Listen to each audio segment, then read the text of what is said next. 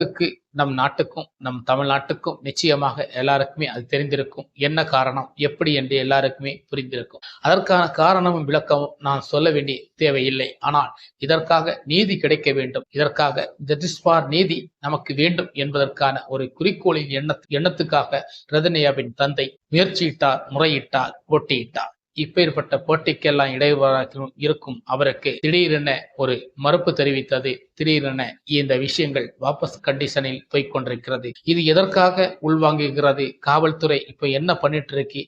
CBI எல்லாம் கண்டுபிடிச்சது அத்தனை வேஸ்டா? அப்படி என்று நிறைய விஷயங்களை சொல்லப்படுகிறது. ஆனால் பணத்தால் இந்த கேஸ் மூடப்படுகிறது. இதுதான் இப்போது உள்ள வாழ்க்கையாக ரதினாவின் வாழ்க்கை. சில நிமிடங்கள் அல்ல, சில நாட்களுக்குள் அந்த கேஸ் மூடப்படுகிறது.